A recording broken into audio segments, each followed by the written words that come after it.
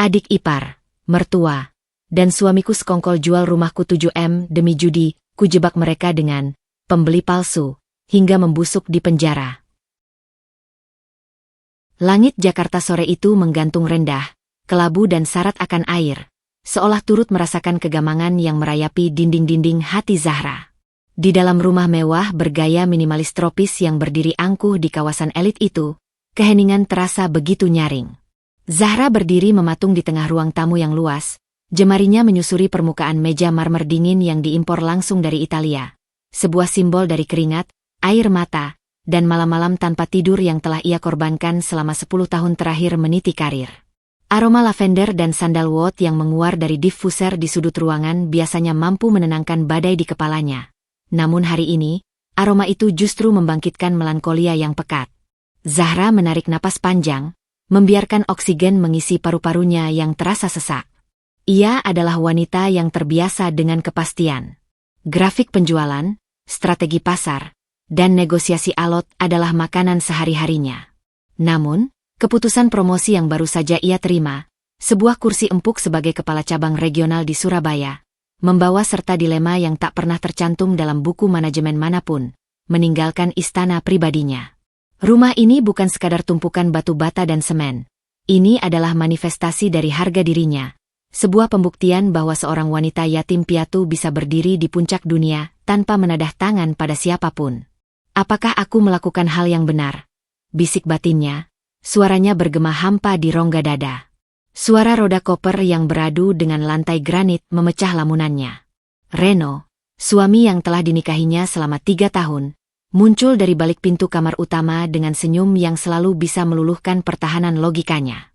Di belakangnya, Ibu Kurnia dan Tiara mengekor dengan binar mata yang sulit diartikan, campuran antara kekaguman pada kemewahan rumah ini dan sesuatu yang lebih purba, keserakahan yang disamarkan dengan senyum manis. Sayang, semua sudah siap di bagasi, ujar Reno lembut, menghampiri Zahra dan memeluk pinggangnya dari belakang. Kamu jangan khawatir. Fokus saja pada pekerjaan barumu di sana. Di sini, ada aku, ibu, dan Tiara yang akan menjaga istanamu ini. Zahra memejamkan mata, mencoba menyerap kehangatan dari tubuh suaminya. Ada secercah rasa bersalah yang menusuk-nusuk nuraninya. Reno, lelaki yang selama ini terlihat begitu penurut dan lemah lembut, seringkali ia rasa tak sepadan dengan ambisinya yang meledak-ledak. Namun, justru kelembutan itulah yang Zahra butuhkan sebagai penyeimbang. Atau setidaknya, itulah yang ia percayai selama ini. Rumah ini. Zahra berbalik, menatap manik mata Reno lekat-lekat, mencari kepastian. Rumah ini adalah jiwaku, Mas. Kamu tahu betapa sulitnya aku mendapatkannya. Jangan biarkan ada satu goresan pun di dindingnya. Dan tanaman-tanaman di halaman belakang, itu semua butuh perawatan khusus.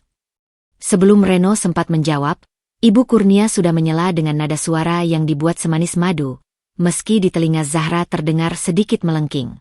Wanita parubaya itu duduk di sofa kulit seharga puluhan juta rupiah, mengelus permukaannya seolah sedang membelai kulit bayi. Ya ampun, Zahra, menantuku yang paling pintar, ucap Ibu Kurnia, matanya tak lepas memindai lampu gantung kristal di atas kepala. Kamu ini sama keluarga sendiri kok hitung-hitungan amat pesannya?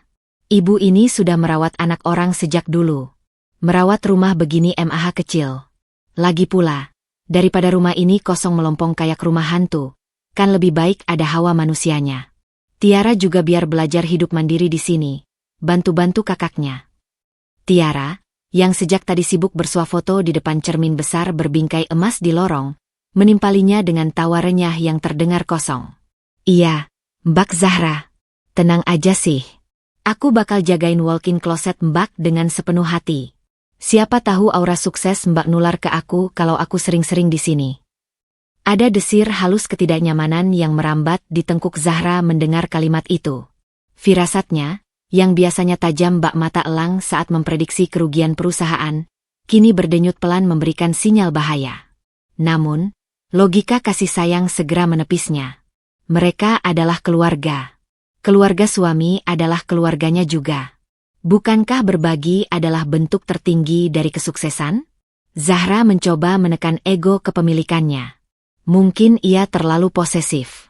Mungkin ia terlalu kikir. Ia melangkah perlahan menuju meja konsol di dekat pintu utama. Di sana, tergeletak setumpuk kunci yang disatukan dengan gantungan kulit berlogo desainer ternama. Itu adalah kunci akses penuh ke seluruh penjuru rumah. Gerbang utama, pintu depan, kamar tamu, hingga akses ke brankas kecil di ruang kerja yang berisi dokumen-dokumen rumah. Tangannya gemetar saat meraih kunci itu. Besi dingin itu terasa berat, seolah memiliki gravitasi sendiri yang enggan dilepaskan. Zahra menatap Reno kembali. Tatapan suaminya tampak begitu tulus, begitu memelas, seperti anak anjing yang meminta dipungut. Aku menitipkan duniaku padamu, Mas. Suara hati Zahra bergetar pilu. Jangan buat aku menyesal telah meletakkan kepercayaan ini di telapak tanganmu. Mas, panggil Zahra lirih. Ia menyerahkan kunci itu ke tangan Reno. Tolong, jaga amanat ini. Ini bukan sekadar aset. Ini adalah tempat aku akan pulang. Reno menggenggam tangan Zahra erat, lalu mengambil kunci itu. Ada kilatan aneh yang melintas secepat kilat di matanya. Sebuah kepuasan yang tersembunyi, namun lenyap seketika, berganti dengan ekspresi duka perpisahan. Aku janji, Zahra, kamu akan pulang dan menemukan rumah ini sama persis, atau bahkan lebih baik dari saat kamu tinggalkan. Kamu bisa pegang kata-kataku sebagai imammu, ucap Reno dengan nada yang begitu meyakinkan, sebuah janji yang kelak akan menjadi belati paling tajam yang menghunjam jantung Zahra. Ibu Kurnia bangkit dari sofa, berjalan mendekat dan memeluk Zahra. Aroma parfum murahan yang dipakai mertuanya bertabrakan dengan aroma elegan ruangan itu, menciptakan pusing yang samar. Hati-hati di jalannya, nak. Jangan lupa transfer jatah bulanan ibu. Kan gajinya sudah naik, toh. Zahra hanya tersenyum tipis. Sebuah senyum sopan santun yang menyembunyikan keletihan batin. Iya, Bu. Pasti. Mobil jemputan kantor sudah membunyikan klakson di depan gerbang. Hujan mulai turun rintik-rintik, mengetuk jendela kaca dengan irama monoton yang menyedihkan. Zahra meraih tas kerjanya, menatap sekeliling ruangan untuk terakhir kalinya. Ia merekam setiap detail dalam memori fotografisnya. Letak vas bunga, kilau lantai, hingga posisi bantal sofa. Ia ingin memastikan, saat ia kembali nanti, semuanya masih berada di tempat yang sama. Langkah kakinya menuju pintu terasa berat, seolah ada rantai tak kasat mata yang menahannya. Saat ia melangkah keluar, angin sore menerpa wajahnya, membawa dingin yang menusuk tulang. Dari balik kaca mobil yang mulai bergerak menjauh, Zahra melihat mereka bertiga berdiri di ambang pintu.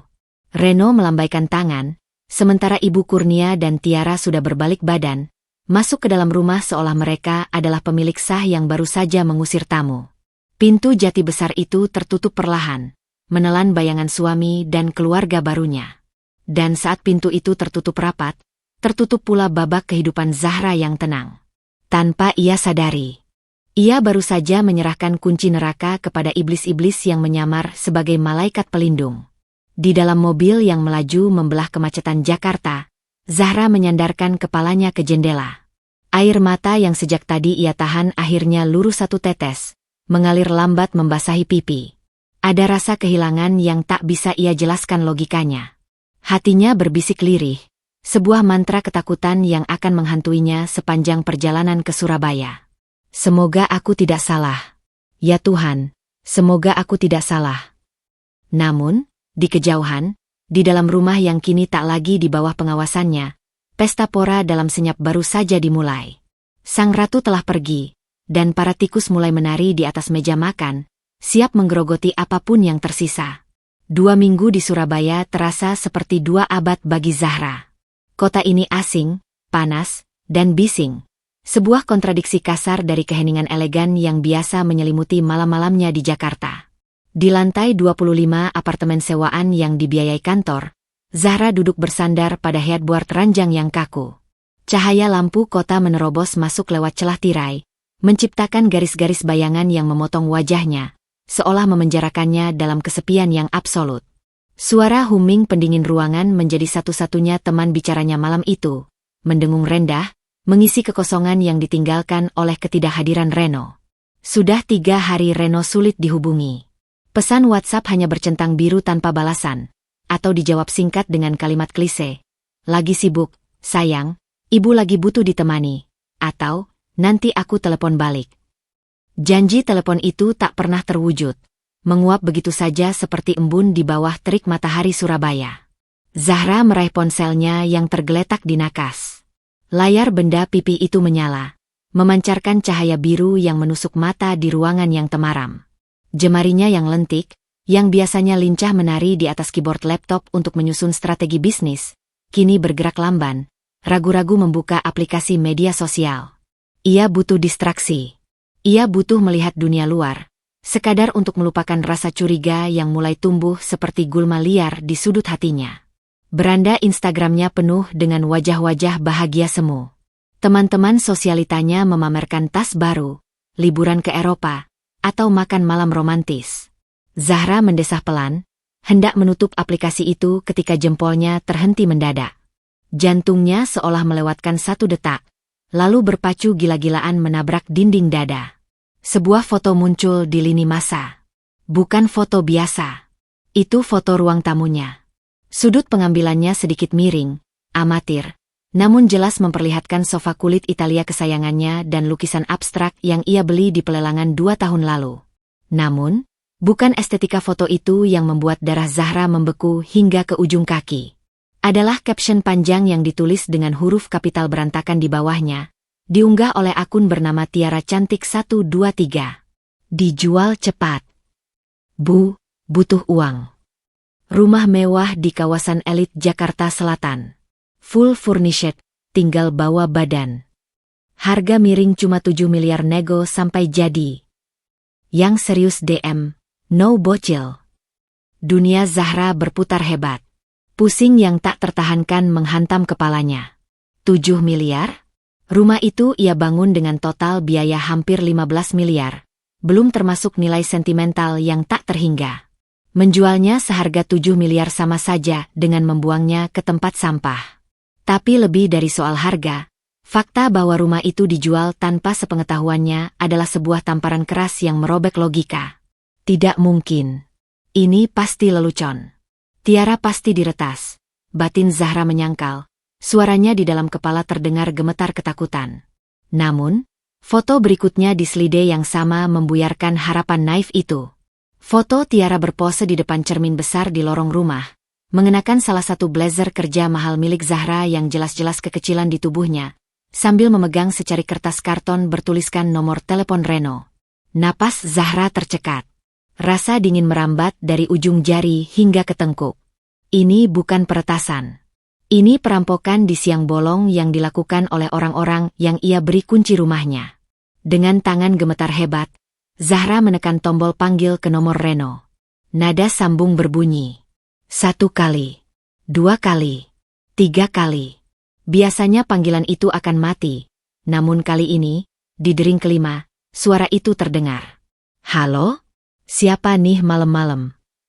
Suara Reno terdengar serak, diiringi suara denting gelas dan tawa riuh di latar belakang. Suara televisi yang menyetel acara dangdut terdengar bising. Reno.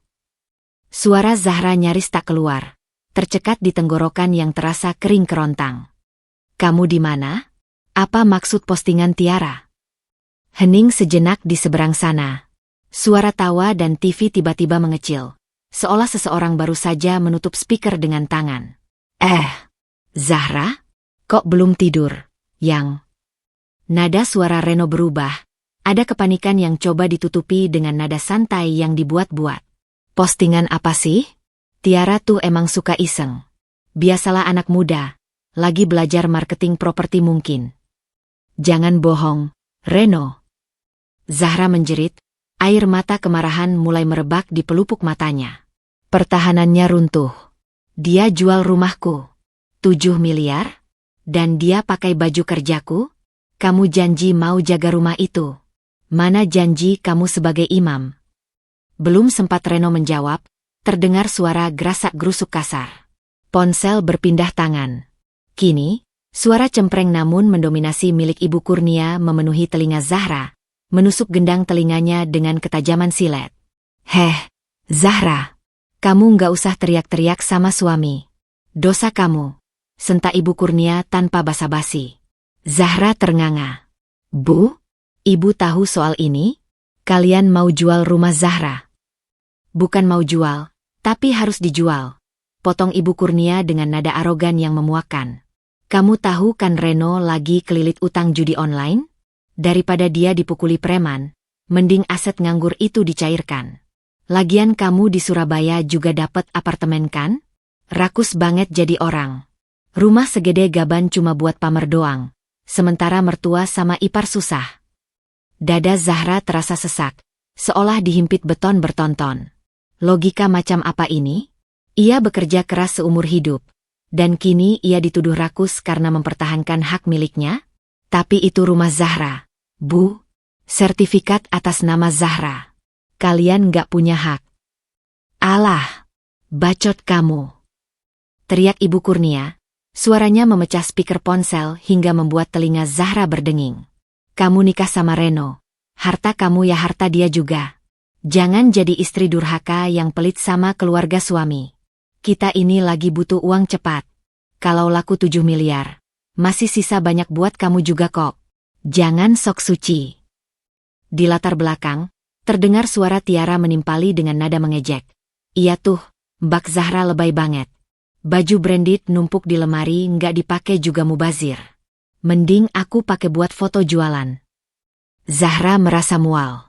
Perutnya bergejolak hebat, bukan karena penyakit, tapi karena rasa jijik yang luar biasa. Wajah-wajah polos yang mengantarnya 2 minggu lalu di depan pintu gerbang kini berubah wujud menjadi monster-monster lapar yang menjijikkan. Topeng mereka telah terlepas sepenuhnya, memperlihatkan wajah asli yang bopeng oleh keserakahan. Reno. Panggil Zahra lirih, mengabaikan ocehan mertuanya, mencari sisa-sisa hati nurani suaminya. Mas, kamu dengar ini? Kamu biarkan ibumu bicara begitu padaku.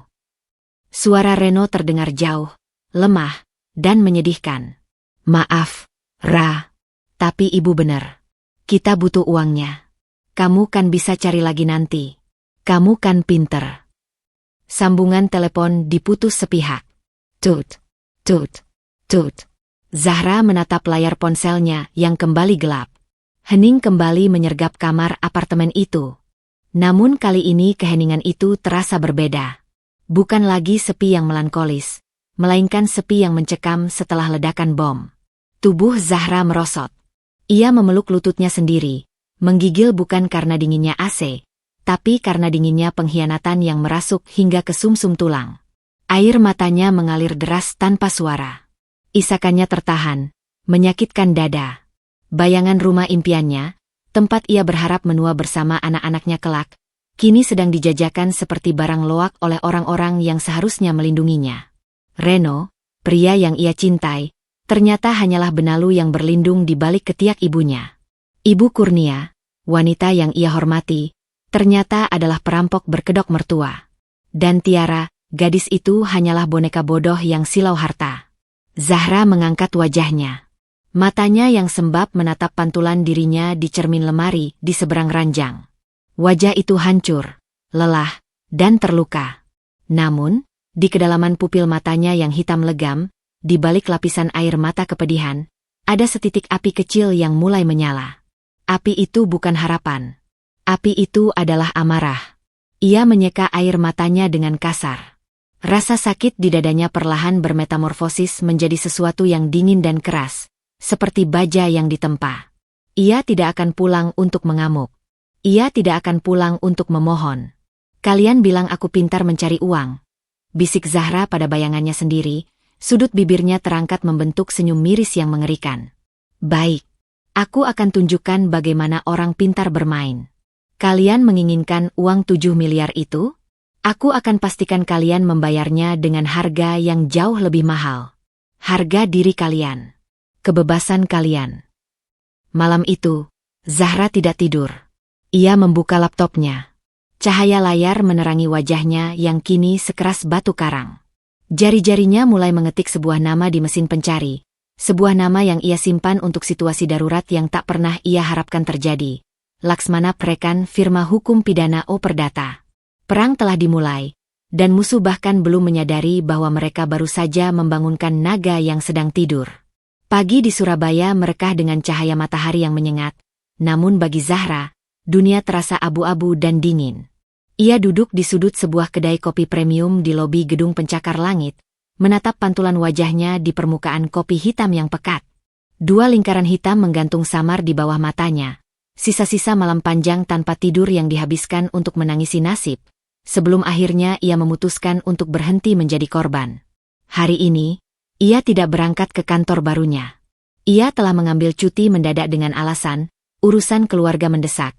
Sebuah eufemisme ironis untuk rencana menghancurkan keluarganya sendiri.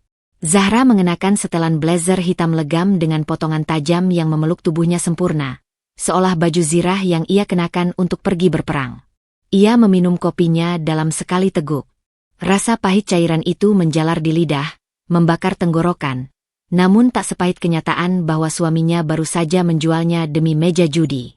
Langkah kakinya bergema tegas saat ia memasuki lobi Menara Sentra, gedung perkantoran paling elit di pusat kota. Tujuannya ada di lantai 40, kantor hukum Laksmana Arekan. Lift membawanya naik dengan kecepatan tinggi, membuat telinganya sedikit berdengung. Ketika pintu lift terbuka, udara dingin beraroma kertas baru, kulit mahal, dan intimidasi langsung menyergap indera penciumannya. Kantor itu hening, namun bukan keheningan kosong seperti di rumahnya yang ditinggalkan, melainkan keheningan penuh konsentrasi, tempat di mana nasib seseorang ditentukan oleh selembar kertas dan tanda tangan. Seorang resepsionis dengan senyum terlatih menyapanya, lalu mengantarnya ke sebuah ruangan besar di ujung lorong. Dinding ruangan itu terbuat dari kaca tebal, memperlihatkan pemandangan kota Surabaya dari ketinggian, seolah pemilik ruangan ini adalah dewa yang mengamati manusia-manusia kecil di bawah sana. Di balik meja mahoni raksasa yang tampak kokoh, duduklah Pak Laksmana. Pria itu berusia awal 50-an, dengan rambut memutih di bagian pelipis yang justru menambah aura wibawanya. Matanya tajam seperti elang yang sedang mengincar mangsa dari balik kacamata berbingkai tipis. Ia tidak tersenyum ramah, hanya mengangguk singkat, sebuah gestur efisiensi dari seseorang yang waktunya bernilai jutaan rupiah per menit. Silakan duduk, Bu Zahra. Suaranya bariton, rendah, dan menenangkan. Saya sudah membaca ringkasan kasus yang Anda kirimkan via surel pagi buta tadi. Kasus domestik. Penggelapan aset dalam pernikahan. Klasik, tapi selalu menarik. Zahra duduk, meletakkan ponselnya di atas meja.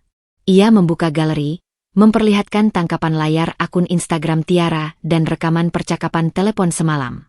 Mereka menjual rumah saya seharga 7 miliar. Pak, sertifikat ada di brankas rumah, dan kuncinya saya titipkan pada suami saya. Mereka pikir karena mereka keluarga, hukum tidak bisa menyentuh mereka, ujar Zahra. Suaranya datar, tanpa getar. Ia terkejut sendiri betapa dinginnya ia terdengar. Pak Laksmana mengamati bukti-bukti itu. Ia memperbesar foto Tiara yang memakai baju Zahra, lalu beralih ke rekaman suara teriakan Ibu Kurnia. Sudut bibir pengacara kondang itu sedikit berkedut, menahan seringai sinis. Amatir, gumam Laksmana pelan, meletakkan kembali ponsel itu. Ia mencondongkan tubuhnya ke depan, menatap Zahra lekat-lekat. Bu Zahra, saya akan jujur pada Anda. Jika kita melapor ke polisi sekarang, yang terjadi hanyalah mediasi kekeluargaan. Polisi akan bilang, ini masalah rumah tangga, selesaikan baik-baik. Suami Anda akan minta maaf, menangis, bersujud, dan Anda, sebagai wanita yang punya hati, mungkin akan luluh. Rumah tidak jadi dijual, tapi hati Anda tetap hancur. Dan mereka tetap benalu yang akan menggerogoti Anda lagi di masa depan. Kata-kata itu menghunjam tepat di sasaran. Zahra tahu itu benar. Jika ia pulang sekarang dan melabrak mereka, Reno hanya akan berlindung di balik status, suami, dan hilaf. Lalu apa saran Anda? Tanya Zahra. Matanya menatap tajam, menuntut solusi. Saya tidak mau mediasi. Saya mau mereka merasakan sakit yang sama. Saya mau keadilan mutlak. Laksmana tersenyum tipis. Ia memutar pulpen emas di jemarinya. Hukum itu seperti jaring laba-laba, Bu. Kita tidak bisa menangkap lalat yang baru sekadar berniat terbang. Kita harus menunggu lalat itu benar-benar terjerat, meronta, dan merusak jaringnya. Saat ini, mereka baru mengiklankan rumah. Itu belum pidana berat. Itu baru niat buruk. Ia bangkit dari kursinya, berjalan menuju jendela kaca, memunggungi Zahra. Jika Anda ingin menghancurkan mereka secara total, Anda harus membiarkan mereka melakukan kejahatan itu sampai tuntas. Laksmana berbalik, bayangannya menutupi cahaya matahari, membuatnya tampak seperti siluet hakim agung. Kita akan lakukan sting operation atau operasi tangkap tangan. Kita butuh bukti telak, pemalsuan tanda tangan, transaksi uang ilegal, dan penipuan. Kita harus membiarkan mereka merasa menang. Kita beri mereka pembeli. Zahra tertegun. Maksud Bapak, saya harus membiarkan mereka menjual rumah saya? Bagaimana jika sertifikatnya benar-benar berpindah tangan? Tidak akan, potong Laksmana cepat.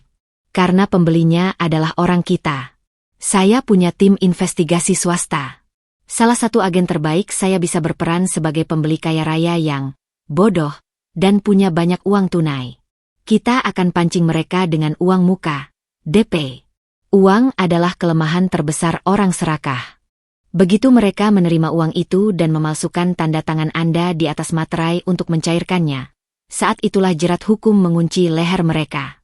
Pasal 263 KUHP tentang pemalsuan dokumen, ancaman 6 tahun penjara. Ditambah pasal 372 tentang penggelapan. Jantung Zahra berdegup kencang.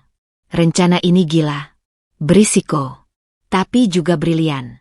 Tapi, uang DP itu. Zahra ragu sejenak. Mereka butuh uang itu sekarang. Anda yang sediakan dananya. Laksmana kembali duduk, menatap Zahra dengan tatapan menguji. Kirimkan dana operasional ke rekening firma kami. Agen kami akan membawanya tunai ke mereka. Biarkan mereka memegang uang itu. Biarkan mereka membelanjakannya.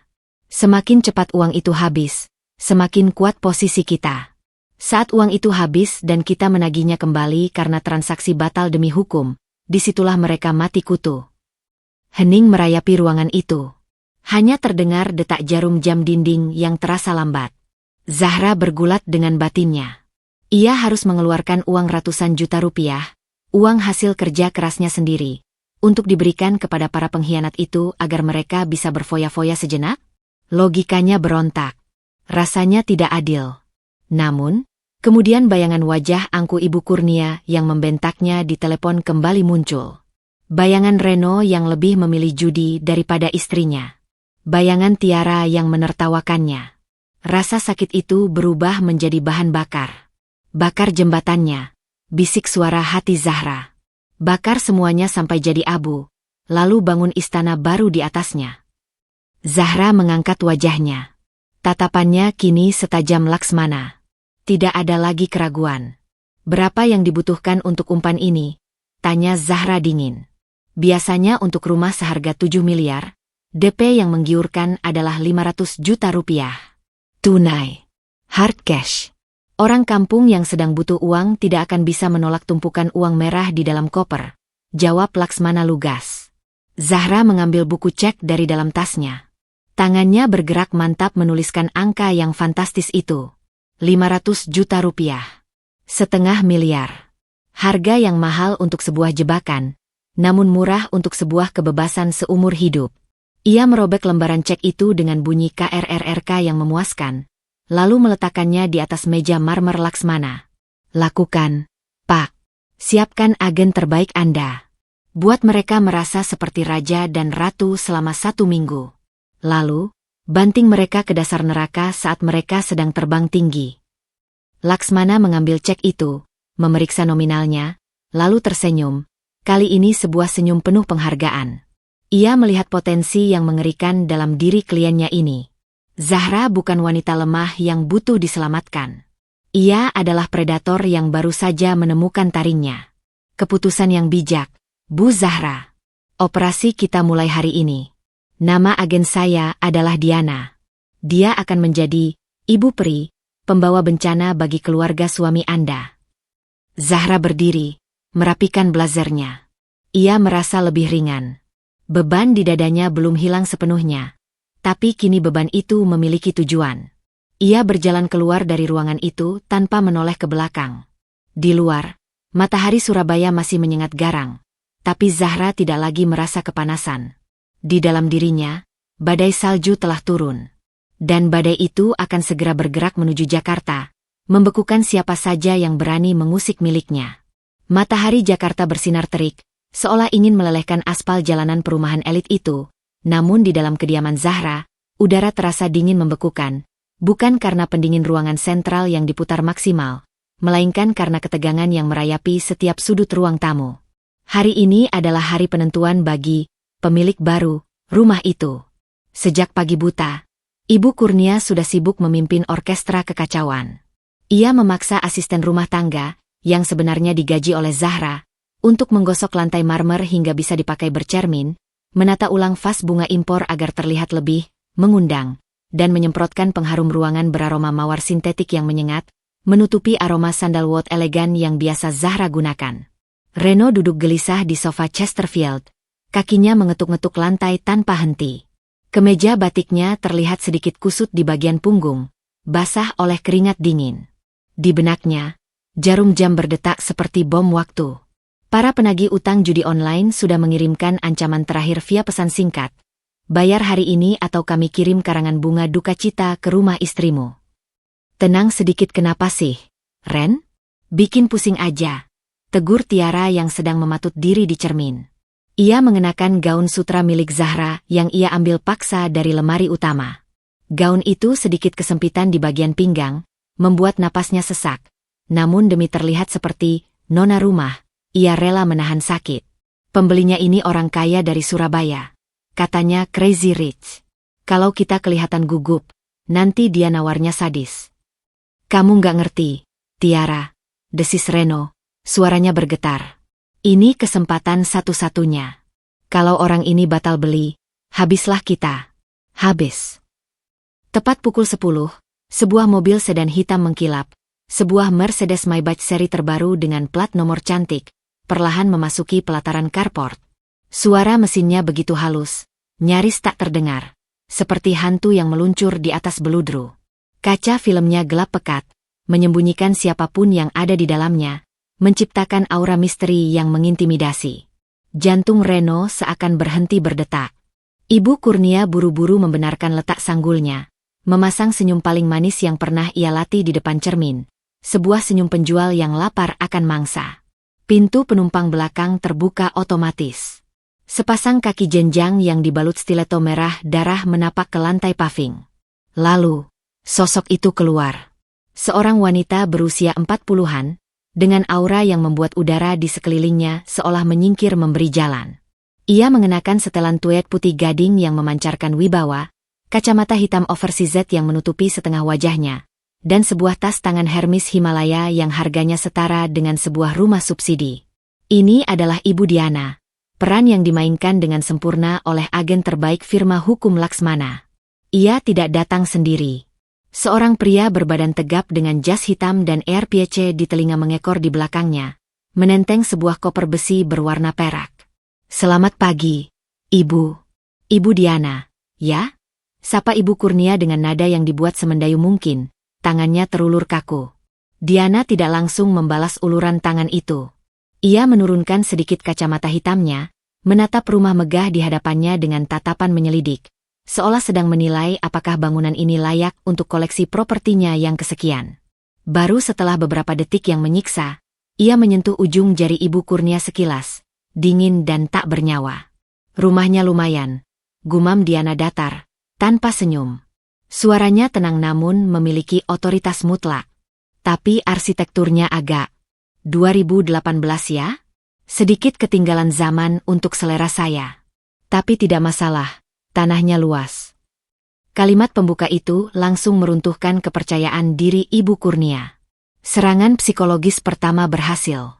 Mereka masuk ke dalam. Diana berjalan mengelilingi ruang tamu. Jemarinya yang lentik menyentuh perabotan dengan gerakan seolah sedang memeriksa debu. Ia berhenti di depan lukisan abstrak kesayangan Zahra. Ini replika atau asli? Tanyanya tanpa menoleh. Asli, Bu. Itu asli, sambar Tiara cepat, ingin terlihat tahu seni. Kakak ipar saya. Maksudnya saya beli di lelang tahun lalu. Diana hanya berdehem pelan. Bingkainya kurang cocok. Terlalu norak. Reno menelan ludah. Ia merasa kerdil di hadapan wanita ini. Ia butuh uangnya. Dan ia takut wanita ini akan pergi begitu saja karena satu kesalahan kecil. Silakan duduk, Bu Diana. Reno memberanikan diri. Seperti yang saya infokan di telepon, kami sedang butuh likuiditas cepat karena ada ekspansi bisnis keluarga ke luar negeri. Jadi kami lepas rumah ini full furnished di angka 7 miliar. Net.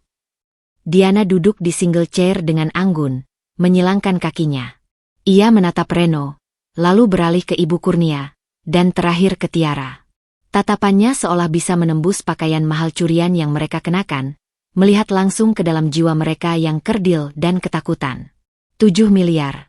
Ulang Diana pelan. Ia mengetuk-ngetukkan jari di lengan kursi. Untuk daerah ini, harga pasarannya 10–12. Kalau Anda jual 7, berarti ada 2 kemungkinan.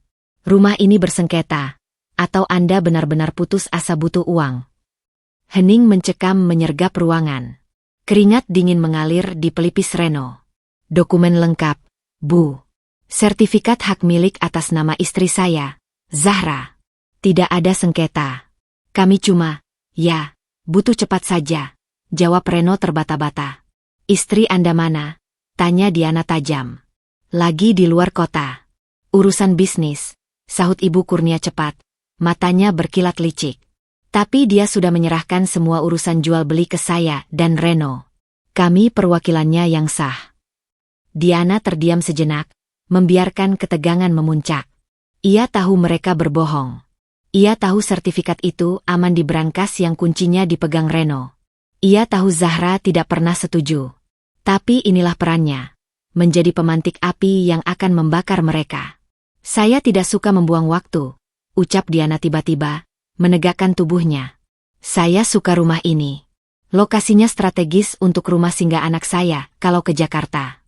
Saya tidak akan menawar. Mata Ibu Kurnia membelalak, binar keserakahan meledak di pupil matanya. Tiara menahan napas. Reno nyaris melompat dari kursinya. Tea tanpa menawar. Bu, ulang Reno tak percaya. 7 miliar. Saya ambil, kata Diana tegas. Ia memberi isyarat pada pengawalnya. Pria berbadan tegap itu maju, meletakkan koper besi perak di atas meja marmer. Suara klik kunci koper terdengar nyaring di ruangan yang sunyi itu. Saat koper dibuka, aroma khas uang kertas baru menyeruak keluar. Aroma yang bagi keluarga Reno lebih memabukkan daripada opium. Di dalam koper itu, tersusun rapi tumpukan uang pecahan 100.000 rupiah, merah menyala, diikat dengan pita bank. Ini 500 juta rupiah. Tunai, kata Diana dingin. Anggap ini tanda jadi atau down payment. Saya mau transaksi ini selesai dalam 1 minggu. Sisanya, 6,5 miliar, akan saya transfer begitu akta jual beli ditandatangani di hadapan notaris. Ibu Kurnia menatap tumpukan uang itu dengan mulut sedikit terbuka. Ia belum pernah melihat uang tunai sebanyak itu di depan matanya. Tangannya gemetar ingin menyentuhnya. Bayangan perhiasan emas, arisan sosialita, dan rasa hormat dari tetangga kampung langsung menari-nari di kepalanya. Reno melihat uang itu sebagai nyawa. 500 juta cukup untuk menutup mulut rentenir dan sisanya bisa ia pakai untuk modal, judi lagi agar menang besar. Tapi Diana menutup koper itu kembali dengan bunyi brak yang mengejutkan. Saya butuh kepastian hari ini. Saya dengar istri Anda di luar kota. Apa bisa dia tanda tangan persetujuan penjualan sekarang? Kalau tidak bisa, saya bawa uang ini kembali. Masih ada 3 rumah lain yang menunggu saya tinjau hari ini. Ancaman halus itu bekerja seketika. Kepanikan melanda wajah mereka bertiga. Kehilangan uang yang sudah ada di depan mata adalah mimpi buruk. Bisa diatur, Bu, seru Ibu Kurnia panik, tanpa berpikir panjang. Zahra, istri Reno sudah kasih kuasa penuh. Tanda tangan gampang. Nanti sore kami siapkan surat perjanjian sementaranya. Diana tersenyum tipis, senyum predator yang melihat mangsanya masuk perangkap. Baik, Saya pegang omongan ibu. Uang ini saya tinggal di sini sebagai bukti keseriusan saya. Tapi ingat, suara Diana merendah, penuh intimidasi. Jika dalam 3 hari berkas pelunasan dan tanda tangan istri Anda belum siap di notaris yang saya tunjuk, saya anggap batal dan saya tuntut pengembalian 2 kali lipat. Saya tidak main-main dengan uang saya. Siap, Bu. Pasti beres, jawab Reno. Matanya tak lepas dari koper perak itu. Logikanya sudah mati. Ia tidak memikirkan bagaimana cara mendapatkan tanda tangan Zahra. Yang ia pikirkan hanyalah bagaimana cara membelanjakan uang di dalam koper itu. Diana berdiri, merapikan kacamata hitamnya. Bagus. Senang berbisnis dengan Anda. Tanpa basa-basi lagi, Diana berbalik dan melangkah keluar, diikuti pengawalnya. Langkah kakinya tegas, meninggalkan keluarga itu yang kini mengerumuni koper uang seperti hiena yang menemukan bangkai segar. Begitu pintu tertutup, suasana khidmat pecah menjadi histeria. Ya Tuhan! 500 juta, pekik Tiara, tangannya langsung meraup segepok uang. Ibu, kita kaya. Kita beneran kaya. Ini baru DP, Tiara. Bayangkan kalau sisanya cair. Ibu Kurnia tertawa lebar, tawa yang terdengar sumbang dan mengerikan. Ia memeluk koper itu erat-erat. Zahra itu bodoh. Rumah semewah ini dia telantarkan. Sekarang, ini rezeki kita. Reno ikut tertawa, namun tawanya terdengar hampa. Ia mengambil 2 ikat uang, 20 juta, dan langsung memasukkannya ke saku celana.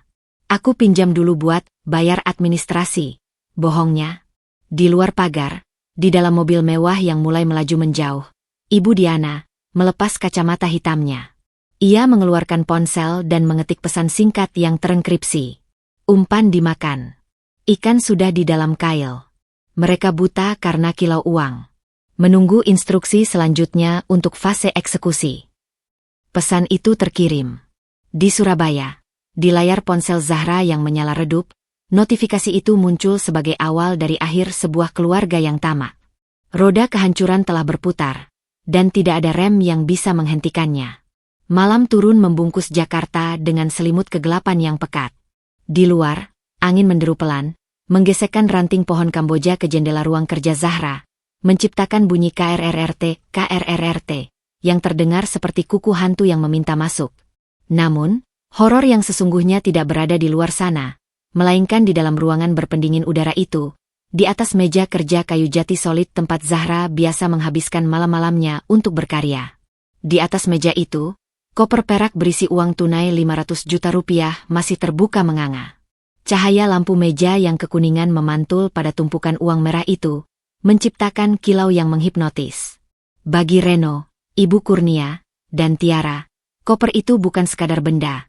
Itu adalah altar pemujaan baru mereka.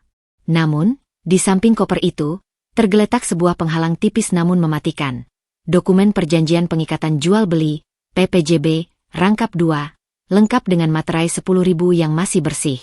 Siang tadi, asisten, Ibu Diana, seorang pria berkacamata tebal yang mengaku bernama Pak Budi, tentu saja ini nama samaran, datang membawa berkas itu. Kalimatnya singkat namun tajam, masih terngiang di telinga Reno hingga detik ini. Ibu Diana orangnya sangat tertib administrasi. Pak Reno, uang DP ini silakan dipegang. Tapi beliau minta foto dokumen yang sudah ditandatangani Ibu Zahra dikirim via WhatsApp malam ini juga sebagai bukti legalitas. Besok pagi, hard copy-nya saya jemput. Kalau malam ini tidak ada foto tanda tangan, beliau anggap batal dan besok pagi saya datang bukan untuk ambil kertas, tapi ambil uangnya kembali. Ultimatum itu menggantung di udara seperti guillotine yang siap jatuh.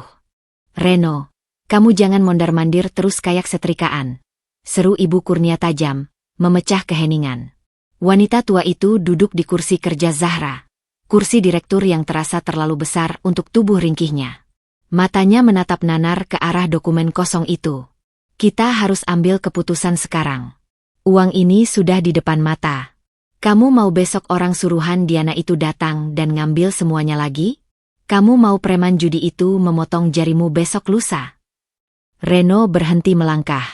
Wajahnya pucat pasi, Keringat dingin sebesar biji jagung mengalir di pelipisnya meski suhu ruangan 18 derajat Celcius. Tapi ini pidana, Bu. Suara Reno serak, nyaris tak terdengar. Memalsukan tanda tangan Zahra itu beda sama menjual barang-barangnya. Ini dokumen hukum. Kalau ketahuan, kita bisa dipenjara. Siapa yang bakal tahu? Tiara menyambar dari sofa di sudut ruangan. Ia sedang sibuk menghitung ulang gepokan uang jatahnya, matanya berbinar gila. Mbak Zahra kan di Surabaya, sibuk sama kerjaan barunya yang sok penting itu. Dia nggak bakal ngecek detail administrasi beginian. Lagian, kalau rumah ini udah laku dan uang 6,5 miliar cair, kita bisa kabur ke Bali atau Singapura. Kita mulai hidup baru. Peduli amat sama hukum. Reno menatap adiknya dengan pandangan tak percaya. Sejak kapan gadis kecil yang dulu ia gendong berubah menjadi monster kecil yang begitu meremehkan moralitas? Ibu Kurnia mendengus kasar. Ia membuka laci meja Zahra dengan kasar, mengaduk-aduk isinya tanpa rasa hormat sedikitpun. Bunyi kelontang barang-barang beradu terdengar nyaring. Ia mencari sesuatu. Nah, ketemu, serunya penuh kemenangan. Ibu Kurnia menarik keluar sebuah map bekas berisi tagihan kartu kredit lama milik Zahra. Di sana, tertera tanda tangan Zahra yang khas, tarikan garis tegas dengan lengkungan elegan di akhir, mencerminkan kepribadiannya yang lugas namun berkelas. Ibu Kurnia mengambil secari kertas kosong, lalu meraih pulpen Montblanc kesayangan Zahra yang tergeletak di samping laptop. Sini, ibu yang tanda tangan, ucap Ibu Kurnia dingin. Tangan kamu gemeteran kayak orang kena ayan begitu, nanti hasilnya jelek. Ibu dulu jago niru tanda tangan bapakmu buat ambil rapot sekolah kamu. Bu. Reno melangkah maju, tangannya terulur ragu ingin mencegah. Jangan, Bu. Kita tunggu Zahra pulang saja. Kita bujuk dia. Goblok. Bentakan Ibu Kurnia menggelegar, membuat Reno tersentak mundur. Kamu pikir istrimu itu bakal mau tanda tangan jual rumah kesayangannya buat bayar utang judimu? Pikir pakai otak. Dia bakal lapor polisi dan ceraikan kamu detik itu, juga kalau tahu kamu punya utang ratusan juta. Pilihan kamu cuma dua, Reno.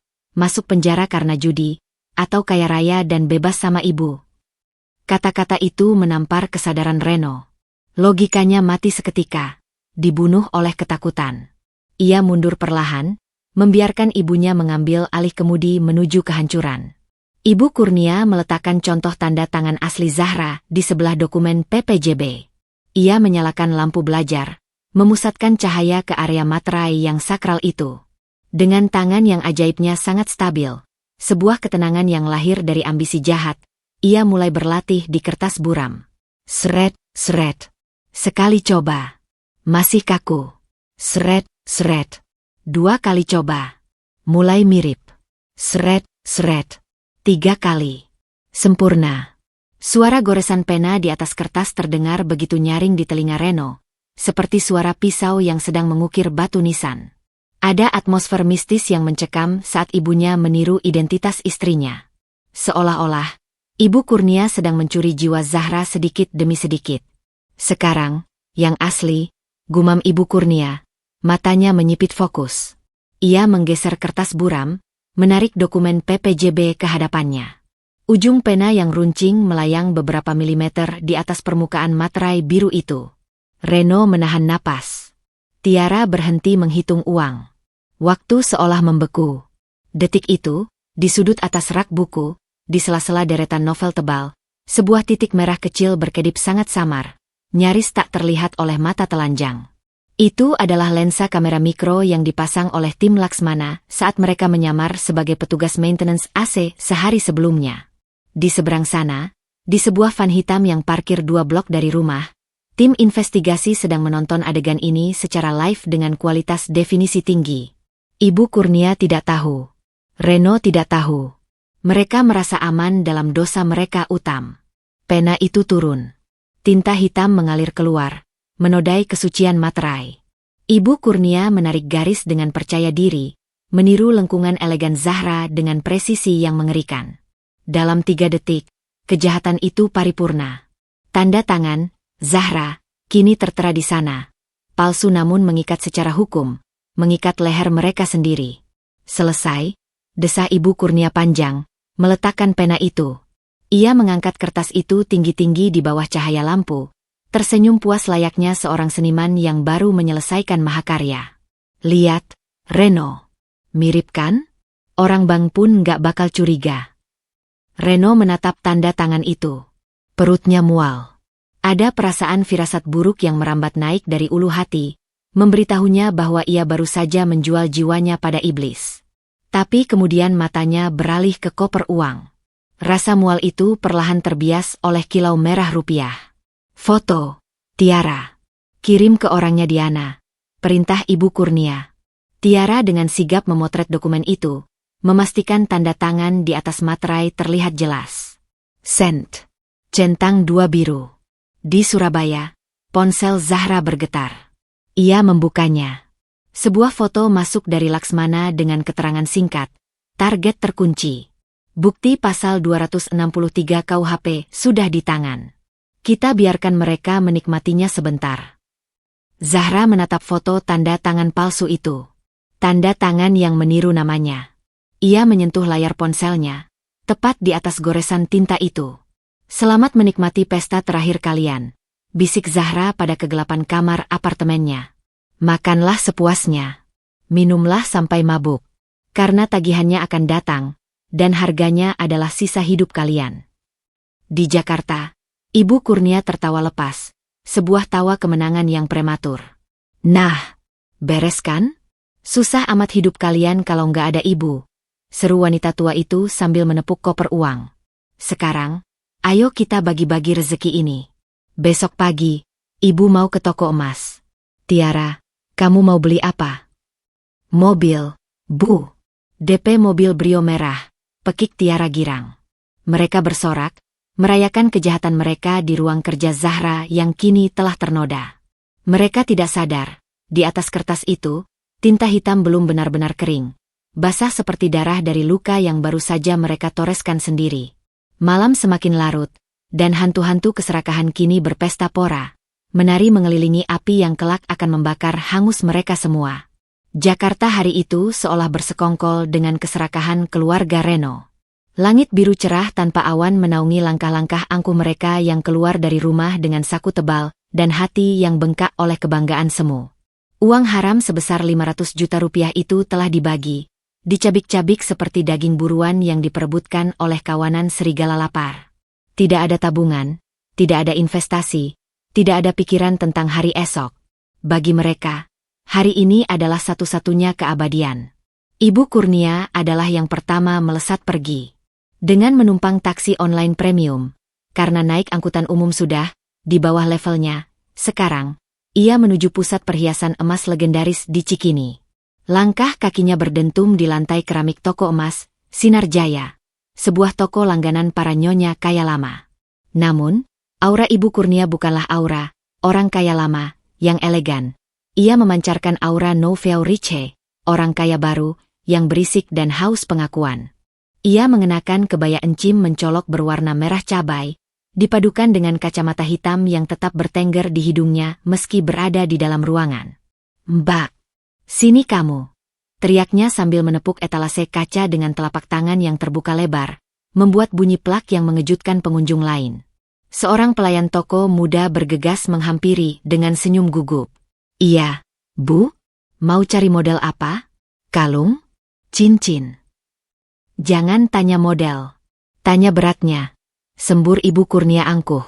Ia membuka tas tangannya, mengeluarkan segepok uang tunai yang masih diikat pita ban, sengaja memamerkannya di atas etalase. Saya mau kalung rantai yang paling tebal, yang kalau dipakai, orang dari jarak 10 meter sudah silau. Jangan kasih yang tipis-tipis kayak benang jahit, malu sama tetangga. Pelayan itu menelan ludah, matanya melebar melihat tumpukan uang itu. Dengan sigap, ia mengeluarkan koleksi termahal. Kalung emas 24 karat seberat 50 gram dengan liontin sebesar telur puyuh, gelang keroncong setumpuk yang berbunyi cering-cering riuh setiap kali tangan digerakkan, dan cincin bermata batu delima merah yang ukurannya menyaingi jempol kaki. Ibu Kurnia memakainya sekaligus. Ia bercermin, mematut dirinya. Di pantulan cermin, ia tidak melihat seorang wanita tua yang kesepian dan manipulatif. Ia melihat seorang ratu. Emas-emas itu melingkari lehernya yang mulai keriput, seolah mencekik. Namun baginya itu adalah pelukan kejayaan. Bungkus semua. Nggak usah pakai nawar. Saya ini orang sibuk, duit saya banyak, waktu saya sedikit, serunya lantang, memastikan semua orang di toko itu menoleh dan mengaguminya. Ia menghabiskan hampir 150 juta rupiah dalam waktu kurang dari 1 jam. Saat keluar dari toko itu, ia berjalan dengan dagu terangkat tinggi, lehernya berat oleh beban logam mulia, namun jiwanya melayang ringan di awan kepuasan duniawi. Sementara itu, di sebuah butik gaun pengantin eksklusif di Jakarta Selatan, Tiara sedang menjalani fantasinya sendiri. Gadis itu berdiri di atas podium kecil di depan cermin raksasa. Tubuhnya dibalut gaun pengantin bal gaun berekor panjang bertabur kristal Swarovski. Padahal, ia belum punya calon suami. Pacarnya hanyalah pemuda-pemuda nongkrong yang berganti setiap minggu. Namun logika Tiara telah tumpul. Jika aku terlihat mahal, pangeran kaya akan datang. Sempurna sekali di badan kakak, puji asisten butik dengan nada manis yang dibuat-buat, merapikan ujung gaun di lantai. Ini koleksi terbaru dari Paris. Harganya 85 juta. Tiara tersenyum lebar, memutar tubuhnya. Ia membayangkan wajah teman-teman SMA-nya yang dulu sering mengejeknya, kini akan mati kutu melihat postingan Instagramnya. Aku ambil, kata Tiara enteng, seolah sedang membeli permen. Sekalian sama sepatu kaca yang di etalase depan. Oh ya, aku bayar cash sekarang, tapi barangnya kirim ke rumah pakai mobil box tertutup ya. Aku nggak mau debu jalanan nempel di gaun mahalku. Setelah melunasi gaun yang tak tahu kapan akan dipakainya itu, Tiara meluncur ke showroom mobil bekas mewah. Ia tidak bisa membeli mobil baru secara tunai dengan sisa uangnya, tapi ia bisa membayar down payment besar untuk sebuah sedan merah menyala bekas tahun muda. Tanda tangan di sini, Mbak, kata sales mobil, menyodorkan kontrak kredit yang mencekik leher. Tiara menandatanganinya tanpa membaca klausul bunga. Yang ada di kepalanya hanyalah imajinasi menyetir mobil itu sambil membuka kaca. Rambutnya tertiup angin, dan semua mata tertuju padanya. Uang jatahnya dari penjualan rumah Zahra kini tersisa recehan, ditukar dengan benda mati yang nilainya akan susut esok hari. Namun, tragedi yang paling kelam terjadi di sudut kamar gelap sebuah warnet VIP yang berbau asap rokok dan kopi basi. Reno duduk membungkuk di depan layar komputer, matanya merah dan tidak berkedip. Di layar, roda roulette digital berputar cepat, warna merah dan hitam berbaur menjadi pusaran yang memabukkan. 2 jam yang lalu, Reno dengan berat hati mentransfer 100 juta rupiah ke rekening bandar untuk melunasi utang lamanya. Ia merasa lega sejenak, beban di pundaknya hilang. Namun, sisa uang di tangannya, sekitar 50 juta rupiah, terasa nanggung. Kalau aku main sedikit lagi, cuma putar 10 juta. Aku bisa menang 50 juta. Uangku balik jadi 100 juta lagi, bisik iblis judi di telinga kirinya. Logika pecandu adalah logika yang paling rusak di dunia.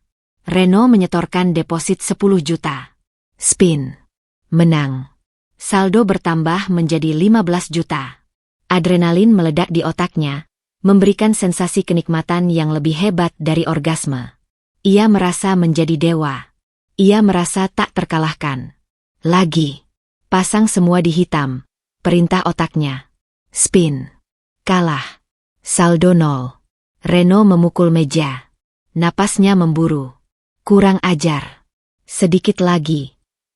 Tangannya gemetar saat ia merogoh saku, mengambil sisa uang tunai yang ada. Ia menyetorkan lagi 20 juta. Spin. Kalah. Lagi 10 juta. Spin. Kalah. Dalam waktu 3 jam, uang bagiannya ludes. Habis. Tak bersisa sepeser pun. Reno menatap layar monitor yang menampilkan saldo, 0 rupiah. Hening yang mencekam menyergapnya di tengah hiruk-pikuk suara keyboard pengunjung lain. Ia baru saja membakar masa depannya. Lagi. Tapi kali ini lebih parah. Ia baru saja membuang uang hasil kejahatan, uang yang ia dapatkan dengan menjual istrinya sendiri. Ponselnya berbunyi. Pesan dari Tiara. Kak Reno, kita makan malam di restoran seafood Pantai Indah Kapuk ya. Ibu yang traktir. Kita rayakan kemenangan kita. Reno menelan ludah yang terasa pahit seperti empedu. Ia tidak bisa bilang uangnya habis. Ia tidak bisa mengaku kalah. Ia harus tetap terlihat sebagai kepala keluarga yang sukses memimpin penjualan rumah ini. Dengan langkah gontai seperti mayat hidup, Reno keluar dari warnet. Ia memaksakan senyum di wajahnya, sebuah topeng retak yang menyembunyikan jurang keputusasaan. Malam harinya, di restoran seafood mahal dengan pemandangan laut, meja mereka penuh dengan kepiting raja, lobster, dan ikan bakar. Ibu Kurnia sibuk memamerkan gelang emasnya yang berbunyi klontang-klonting setiap kali ia memecahkan cangkang kepiting. Tiara sibuk live Instagram, memamerkan kunci mobil barunya. Lihat nih, guys. Kerja keras tidak mengkhianati hasil. Oceh Tiara ke kamera ponselnya, bibirnya belepotan saus padang. Makanya kalau punya mimpi itu dikejar, jangan cuma nyinyir. Ibu Kurnia tertawa lepas, mulutnya penuh makanan. Betul itu. Zahra itu sok pinter. Tapi lihat siapa yang sekarang makan enak? Kita. Reno, kamu kok diam aja? Makan dong. Ini lobster harganya 2 juta loh. Reno menatap lobster merah di piringnya. Warna merah itu mengingatkannya pada warna roda roulette yang melahap uangnya. Dan juga warna tinta stempel di kantor polisi yang mungkin sebentar lagi akan mencap nasibnya. Iya, Bu. Enak, jawab Reno lirih, menyuapkan daging itu ke mulutnya. Rasanya seperti mengunyah pasir.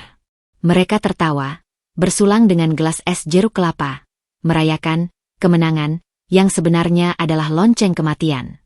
Uang 500 juta itu telah menguap ke udara, berubah menjadi emas norak, gaun tak berguna, besi rongsokan, dan data digital yang hilang di server judi. Di Surabaya, Zahra melihat postingan story Tiara. Ia melihat tawa mereka. Ia melihat emas yang menjerat leher Ibu Kurnia. Zahra tidak marah. Ia justru tersenyum. Senyum yang sangat tipis dan dingin. Ia menutup ponselnya, lalu mematikan lampu kamar. Habiskan, batin Zahra. Makanlah sampai kenyang. Karena besok, kalian akan memuntahkan semuanya. Termasuk harga diri kalian. Pesta pora itu berakhir di sana, di meja makan yang berantakan, meninggalkan sisa-sisa tulang belulang dan noda saus yang sulit hilang, metafora sempurna untuk sisa hidup mereka yang akan datang. Fajar di hari ketiga menyingsing dengan keanggunan yang menipu. Langit Jakarta semburat jingga dan ungu, seolah melukis harapan baru bagi umat manusia. Namun bagi penghuni rumah Zahra, matahari terbit ini adalah awal dari kiamat kecil mereka. Mereka bangun dengan semangat yang meluap-luap, sebuah euforia artifisial yang dipompa oleh hayalan akan uang 6,5 miliar rupiah yang dijanjikan cair hari ini. Rumah itu sudah disulap kembali menjadi panggung sandiwara.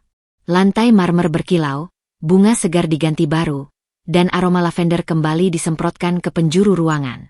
Ibu Kurnia duduk di sofa utama bak seorang matriark kerajaan. Ia mengenakan setelan kebaya sutra termahal yang baru dibelinya kemarin.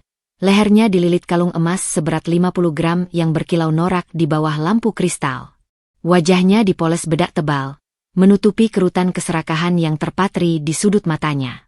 Di sebelahnya, Tiara duduk gelisah namun antusias. Jemarinya tak henti-henti mengecek saldo rekening di ponsel, membayangkan digit angka yang akan bertambah drastis dalam hitungan jam. Hanya Reno yang tampak seperti mayat hidup di antara mereka berdua. Pria itu mengenakan kemeja batik lengan panjang untuk menutupi keringat dingin yang terus mengucur deras meski AC menyala maksimal. Matanya cekung, dikelilingi lingkaran hitam pekat akibat 2 malam tak tidur. Di kepalanya, suara mesin roulette masih berputar, mengejek kekalahannya. Uang bagiannya sudah habis tak bersisa. Jika hari ini uang pelunasan cair, ia selamat. Ia bisa mengambil sedikit bagian Zahra atau memanipulasi ibunya lagi. Tapi jika terjadi sesuatu, jika ada sedikit saja kesalahan, maka lehernya sudah terjerat tali gantungan. Jam berapa Diana janji datang? Tanya Ibu Kurnia tidak sabar, melirik jam dinding besar yang berdetak lambat menyiksa. Jam 10, Bu, jawab Reno parau. Ia berdeham, mencoba menormalkan suaranya yang terdengar seperti pecahan kaca. Dia bilang mau bawa notaris sekalian buat urus balik nama sertifikat dan transfer sisa dana. Bagus. Ibu Kurnia mengangguk puas. mengelus gelang-gelang emas di pergelangan tangannya hingga berbunyi cering-cering. Begitu uang masuk, kita langsung pindah ke hotel bintang 5. Ibu nggak mau lama-lama di rumah ini lagi. Hawanya panas. Lagian Zahra pasti bentar lagi curiga. Tenang aja, Bu. Mbak Zahra itu clueless. Cibir Tiara sambil membenarkan letak bulu mata palsunya. Dia terlalu sibuk jadi wanita karir. Pas dia sadar rumah ini udah dijual, kita udah jauh. Tepat pukul 10 kurang 5 menit, sebuah mobil sedan hitam kembali memasuki pelataran. Bukan Maybach seperti kemarin, melainkan sebuah Alphard hitam dengan kaca gelap. Pintu terbuka. Ibu Diana turun, kali ini mengenakan setelan formal berwarna abu-abu gelap yang memberikan kesan dingin dan otoriter. Di belakangnya, turun seorang pria parubaya berkacamata tebal dengan setelan jas kaku, menenteng tas kerja kulit yang terlihat berat. Itu pasti notarisnya. Jantung Reno berdegup kencang, menabrak rusuknya dengan ritme ketakutan purba. Ini saatnya. Hidup atau mati. Selamat datang, Bu Diana. Pak Notaris. Sambut Ibu Kurnia dengan senyum lebar yang memamerkan gigi, berdiri menyambut tamu agungnya. Ia sudah membayangkan tas kerja notaris itu berisi cek atau bukti transfer. Namun, tidak ada senyum balasan dari Diana. Wanita itu melangkah masuk tanpa melepas kacamata hitamnya. Aura di sekelilingnya bukan lagi aura pembeli yang antusias, melainkan aura seorang jaksa penuntut umum yang siap membacakan vonis mati. Pria di sebelahnya, sang notaris, juga berwajah datar, kaku seperti robot birokrasi. Mereka duduk di ruang tamu. Keheningan yang tercipta terasa berat, menekan dada siapapun yang bernapas di sana. Langsung saja, kata Diana, suaranya tajam membelah udara. Tidak ada basa-basi, tidak ada pujian tentang rumah. Ia meletakkan sebuah map merah di atas meja. Ini Pak Heru, notaris rekanan saya. Beliau sudah memverifikasi semua dokumen yang kalian kirimkan kemarin, termasuk foto tanda tangan di atas materai itu. Ibu Kurnia menelan ludah. Senyumnya sedikit goyah. Oh, iya. Sudah beres semua kan, Pak? Jadi kapan pelunasannya? Pak Heru membuka tas kerjanya, mengeluarkan sebuah alat kecil seperti senter ultraviolet dan kaca pembesar. Ia mengambil dokumen PPJB yang sudah ditandatangani, palsu, oleh Ibu Kurnia semalam. Dengan gerakan lambat yang menyiksa, ia menyorot tanda tangan itu dengan sinar UV. Lalu mengamatinya lekat-lekat lewat kaca pembesar. Reno merasa ingin muntah. Ia meremas lututnya sendiri hingga buku-buku jarinya memutih. Setelah 1 menit yang terasa seperti 1 abad, Pak Heru meletakkan kaca pembesar itu. Ia menatap Ibu Kurnia, lalu beralih ke Reno. Tatapannya dingin, menusuk, dan penuh penghakiman. Batal, ucap Pak Heru datar. Satu kata itu meledak di ruangan seperti granat. Apa? Tiara tergagap, ponselnya nyaris terlepas dari tangan. Transaksi ini batal demi hukum, ulang Pak Heru, kali ini dengan nada lebih tegas. Ia menunjuk tanda tangan di atas materai itu. Saya sudah melakukan cross-check dengan database spesimen tanda tangan Bu Zahra yang ada di arsip perbankan dan sertifikat tanah asli. Tarikan garisnya berbeda. Tekanan tintanya berbeda. Dan yang paling fatal, Pak Heru mengeluarkan sebuah foto lain dari mapnya. Itu adalah foto paspor Zahra. Tanda tangan asli Bu Zahra memiliki simpul kecil di huruf Z, yang tidak bisa ditiru oleh amatir. Tanda tangan di dokumen ini palsu. Ini adalah tindak pidana pemalsuan dokumen otentik. Wajah Ibu Kurnia berubah pucat pasi, seputih kapas. Darah seolah tersedot habis dari kepalanya. Mulutnya menganga. Tapi tak ada suara yang keluar. Tunggu, Pak, ini pasti salah paham. Reno mencoba menyela, suaranya bergetar hebat.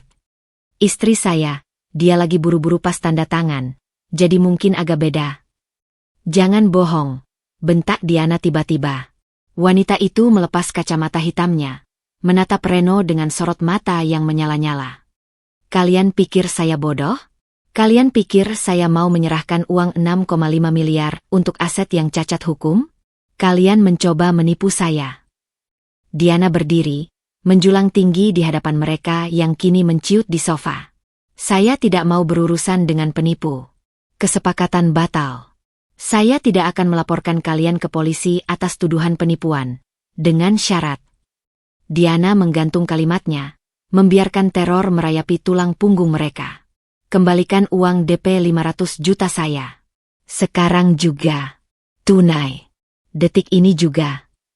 Dunia Reno runtuh. Langit-langit rumah seolah ambruk menimpanya. Balikin. Cicit Ibu Kurnia. Matanya melotot horor. Tangan tuanya secara refleks memegang kalung emas di lehernya. Tapi uangnya sudah terpakai sedikit. Sedikit.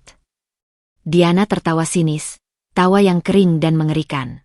Saya tidak peduli. Itu uang saya. Kalian batalkan sepihak karena dokumen palsu, maka kalian wajib kembalikan. Kalau tidak ada uangnya sekarang, saya telepon polisi. Saya punya bukti chat, bukti foto, dan rekaman CCTV dari agen saya yang kemarin datang. Jangan lapor polisi, Bu. Tolong. Tiara menjerit histeris. Air mata mulai membanjiri wajahnya yang penuh makeup. Kita balikin kok. Kita balikin. Ibu Kurnia panik luar biasa. Otaknya berputar cepat mencari jalan keluar. Iya, Bu. Tenang. Uangnya masih ada kok. Cuma kepake beli emas sama DP mobil Tiara. Emas ini bisa dijual lagi. Mobil bisa dibatalin. Paling rugi dikit. Reno. Ibu Kurnia menoleh kasar ke arah Reno, mencengkeram lengan putranya dengan kuku-kukunya yang tajam. Reno, mana sisa uang bagian kamu?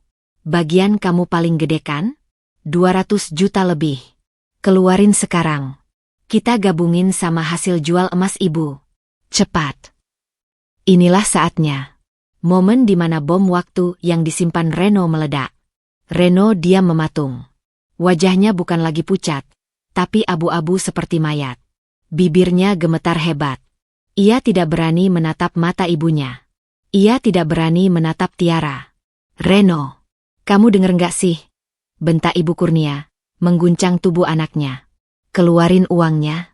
Buat bayar Bu Diana biar kita nggak dipenjara. NGG, nggak ada, Bu. Bisik Reno. Suaranya terdengar seperti isakan tertahan dari dasar neraka. Apa? Ibu Kurnia melotot. Ngomong yang jelas. Reno mengangkat wajahnya. Air mata keputusasaan mengalir deras di pipinya. Ia jatuh berlutut di lantai marmer, bersimpuh di kaki ibunya dan di hadapan Diana. Uangnya habis, Bu. Habis. Raung Reno. Suaranya pecah memenuhi ruangan. Aku kalah judi. Semuanya habis. 0. Nggak sisa sepeser pun. Keheningan yang menyusul pengakuan itu begitu total. Seolah waktu berhenti berputar. Ibu Kurnia terhuyung ke belakang. Seakan baru saja ditampar oleh tangan raksasa tak kasat mata. Matanya menatap anaknya dengan tatapan ngeri, jijik, dan tak percaya. Tiara menutup mulutnya dengan kedua tangan, menahan jeritan. Uang itu hangus. Emas Ibu Kurnia dan gaun Tiara tidak akan cukup menutup 500 juta karena nilai jual kembalinya pasti jatuh. Mereka defisit ratusan juta. Kamu. Suara Ibu Kurnia bergetar. Jari telunjuknya menuding Reno dengan gemetar. Anak durhaka. Anak setan.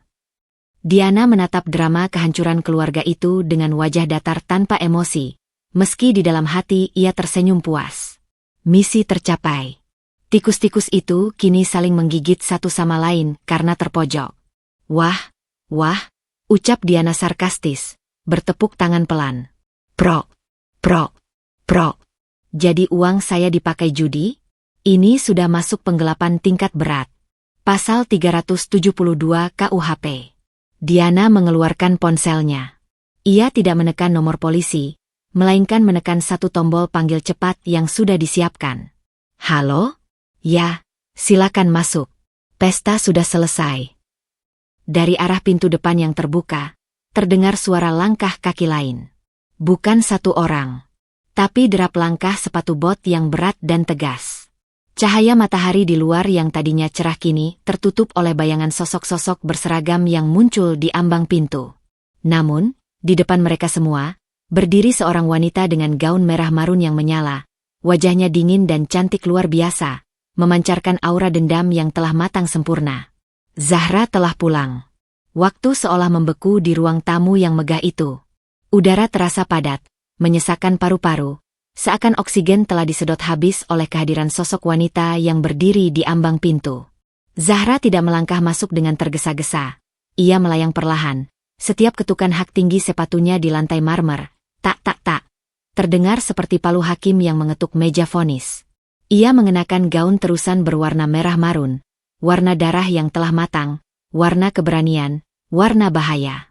Rambutnya yang biasanya diikat rapi kini tergerai bebas, membingkai wajahnya yang dipulas make-up minimalis namun tajam.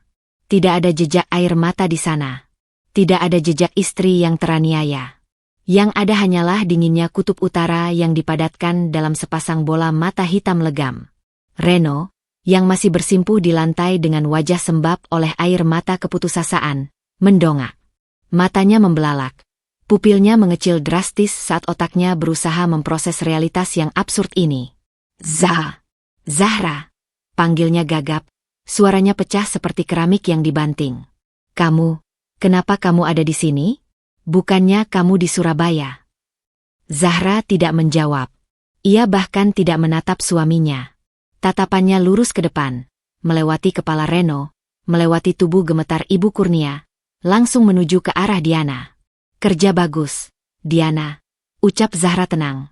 Suaranya lembut, namun memiliki daya ledak yang membuat bulu kuduk berdiri. Terima kasih sudah menjaga sampah-sampah ini agar tidak lari sebelum aku datang. Seketika, atmosfer ruangan bergeser drastis. Diana, wanita angkuh yang tadi membentak-bentak meminta uangnya kembali, kini menundukkan kepala dengan hormat. Ia mundur selangkah, memberikan panggung utama kepada Zahra, tuannya yang sesungguhnya. Sama-sama, Bu Zahra, jawab Diana sopan, nada suaranya berubah total menjadi profesional. Semua bukti sudah diamankan. Panggung ini milik ibu sekarang.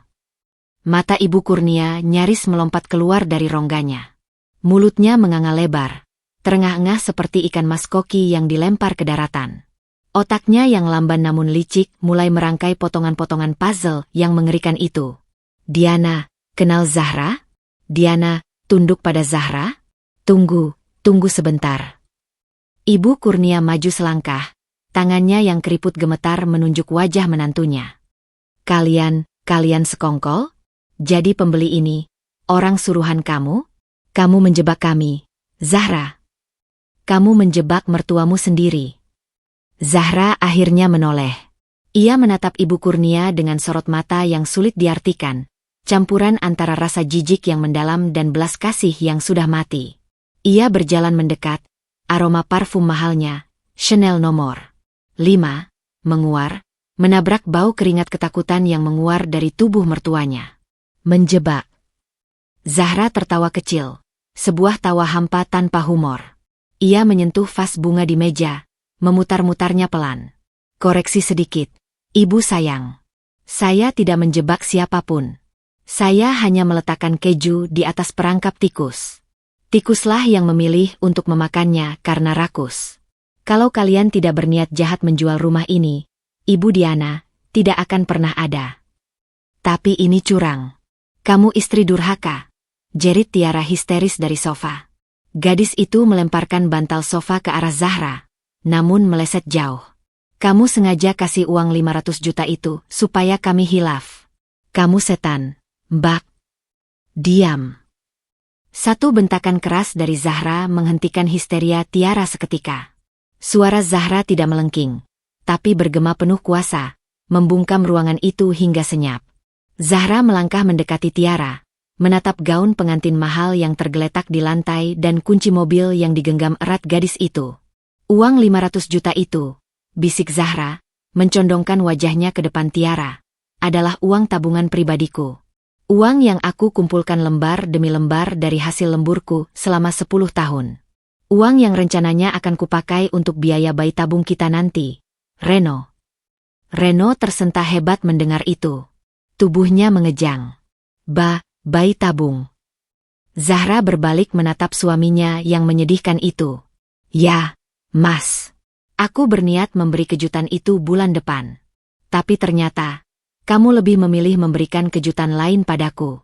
Kamu memakai uang masa depan anak kita untuk berjudi. Kamu membakarnya di meja roulette. Zahra berjalan menuju televisi layar datar raksasa yang menempel di dinding ruang keluarga. Televisi yang dibeli Reno dengan kartu kredit Zahra setahun lalu. Ia mengambil remote, lalu menekan tombol play. Layar hitam itu menyala, menampilkan rekaman video berkualitas tinggi. Di layar, terlihat jelas adegan malam sebelumnya.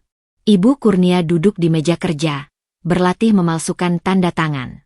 Reno berdiri gelisah di sampingnya. Tiara memotret hasilnya. Audio dari rekaman itu terdengar jernih, memutar ulang kalimat fatal yang diucapkan Ibu Kurnia. Pilihan kamu cuma dua, Reno, masuk penjara karena judi, atau kaya raya dan bebas sama ibu.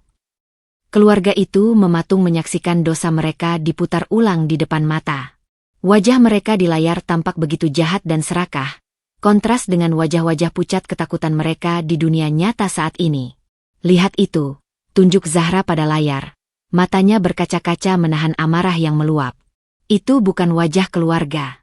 Itu wajah kriminal. Pasal 263 KUHP tentang pemalsuan dokumen. Ancaman hukuman 6 tahun penjara. Ditambah penggelapan uang 500 juta milikku yang kalian akui sendiri sudah habis. Reno merangkak maju, mencoba meraih kaki Zahra, tapi Zahra mundur selangkah dengan jijik, seolah menghindari najis. Zahra, tolong. Ampuni aku, Ra. Isak Reno, air matanya membasahi lantai. Aku khilaf. Aku dipaksa keadaan. Aku janji bakal berubah. Jangan penjarakan suamimu sendiri, Ra. Ingat pernikahan kita. Ingat janji suci kita. Janji suci. Zahra menatap Reno dengan tatapan kosong. Hatinya yang dulu selalu luluh oleh air mata lelaki itu, kini telah menjadi batu karang. Kamu yang melanggar janji itu saat kamu menyerahkan kunci rumah ini pada ibumu. Kamu yang melanggar janji itu saat kamu memilih judi daripada kejujuran. Pernikahan kita sudah selesai saat kamu membiarkan mereka menghinaku di telepon malam itu. Zahra menoleh ke arah pintu masuk. Ia mengangguk pelan. 2 orang petugas berseragam polisi melangkah masuk, diikuti oleh Pak Laksmana yang tersenyum puas.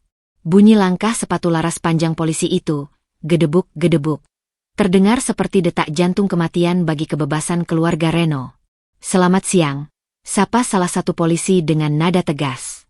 Kami mendapat laporan tindak pidana pemalsuan dokumen dan penggelapan dana dengan bukti lengkap serta pengakuan tersangka yang terekam. Saudara Reno, Ibu Kurnia, dan Saudari Tiara, silakan ikut kami ke kantor untuk pemeriksaan lebih lanjut. Nggak mau. Ibu Kurnia menjerit histeris, mundur hingga punggungnya menabrak dinding. Wanita tua itu merosot, kakinya lemas. Topeng arogansinya hancur lebur, menyisakan keriput ketakutan. Zahra, kamu tega memenjarakan mertuamu. Aku ini orang tua. Kualat kamu nanti. Zahra AA. Justru ibu yang kualat, balas Zahra dingin. Ibu yang mengajarkan anak ibu untuk menipu. Sekarang, nikmatilah hasil didikan ibu di balik jeruji besi. Tiara menangis meraung-raung, memeluk kaki kursi sofa. Aku nggak ikutan. Aku cuma disuruh ibu. Aku masih muda, Mbak. Jangan penjarain aku. Polisi tidak peduli dengan drama itu. Dengan sigap dan profesional, mereka memborgol tangan Reno.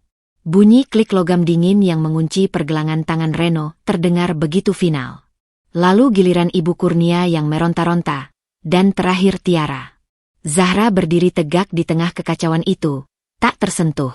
Ia melihat suaminya digelandang keluar seperti maling ayam. Ia melihat ibu mertuanya diseret sambil memaki-maki sumpah serapah. Ia melihat adik iparnya menangis seperti bayi. Saat Reno melewati Zahra di ambang pintu, ia berhenti sejenak. Matanya menatap Zahra dengan pandangan hancur, campuran antara penyesalan dan kebencian. Kamu kejam, Zahra, bisik Reno serak.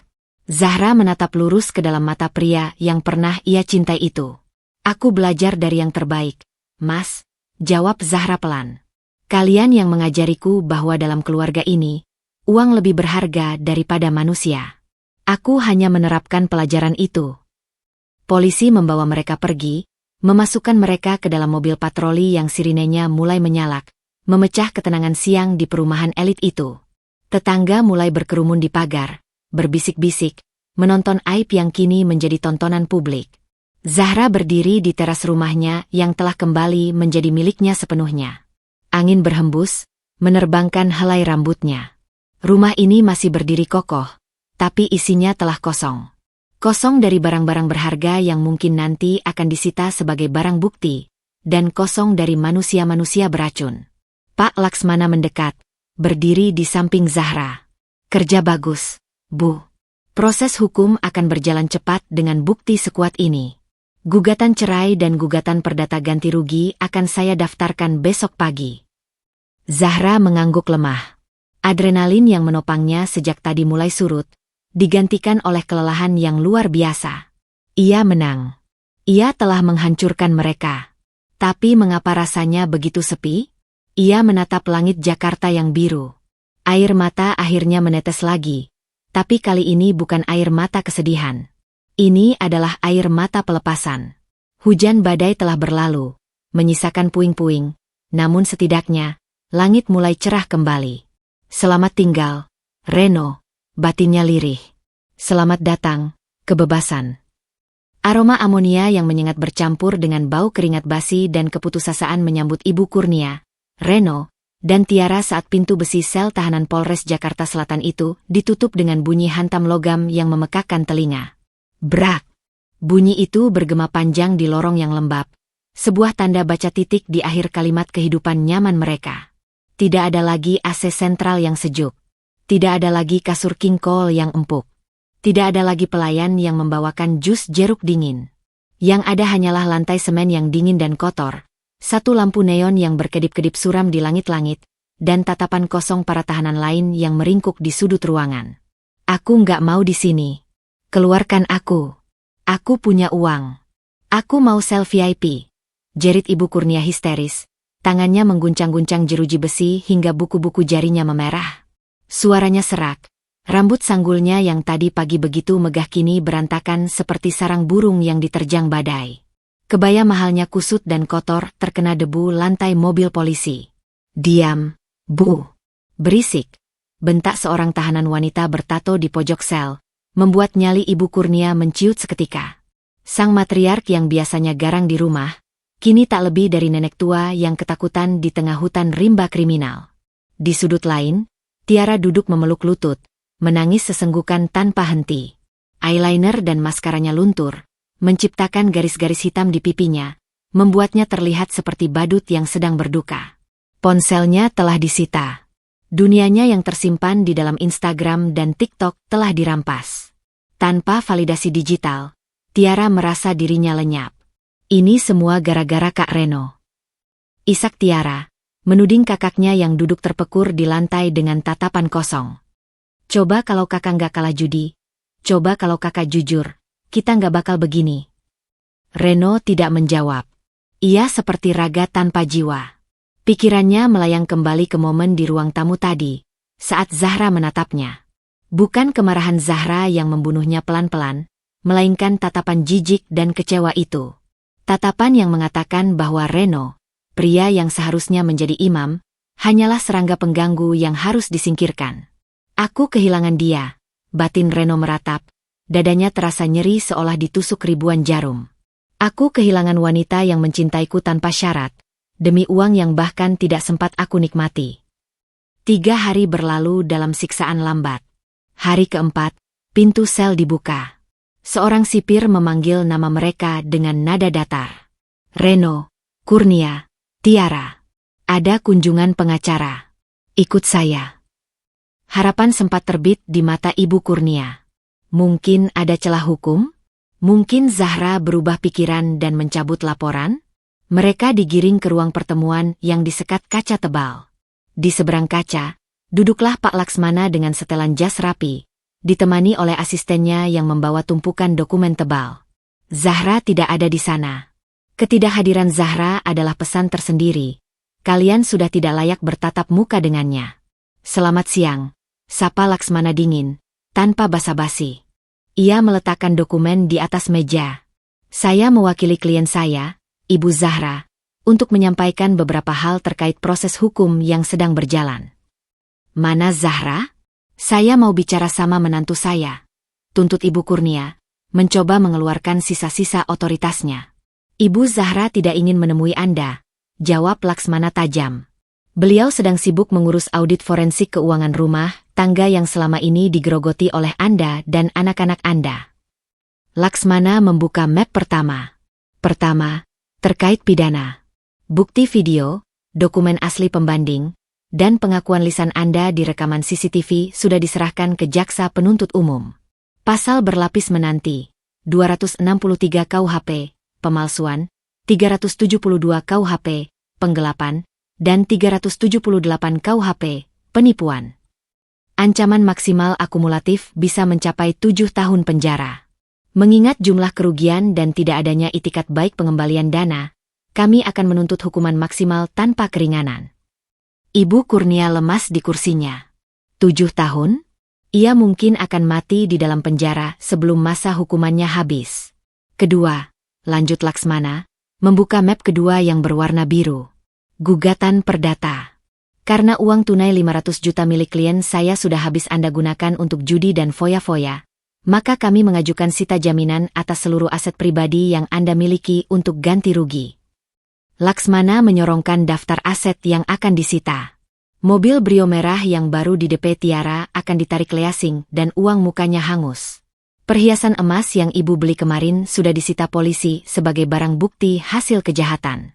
Tanah warisan kecil milik ibu di kampung juga akan kami lelang untuk menutupi kekurangan kerugian material dan imaterial Zahra. Tanah di kampung. Ibu Kurnia menjerit tertahan. Itu harta terakhirnya. Tanah tempat ia ingin dimakamkan nanti. Jangan tanah itu. Itu tanah leluhur. Anda yang memilih untuk berjudi dengan nasib, Bu, sahut Laksmana tak acuh. Hukum hanya menagih utangnya.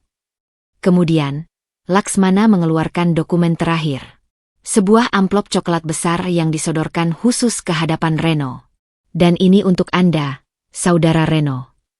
Reno menatap amplop itu dengan tangan gemetar. Ia sudah tahu isinya. Gugatan cerai. Zahra mengajukan cerai talak dengan alasan pelanggaran taklik talak, penelantaran ekonomi, dan tindak pidana yang merugikan istri. Sidang pertama akan digelar minggu depan. Anda bisa hadir, tentu saja dengan borgol dan baju tahanan. Reno menunduk, air matanya menetes membasahi amplop coklat itu. Sampaikan maaf saya ke Zahra. Pak, bilang saya menyesal. Saya bodoh. Penyesalan selalu datang terlambat, Pak Reno. Laksmana membereskan berkas-berkasnya, berdiri dengan wibawa yang meremukan mental lawan bicaranya. Satu pesan dari Zahra untuk kalian bertiga. Nikmati kemiskinan yang kalian ciptakan sendiri. Mulai hari ini, kalian bukan lagi siapa-siapa baginya. Pak Laksmana berbalik pergi, meninggalkan mereka di ruangan dingin itu.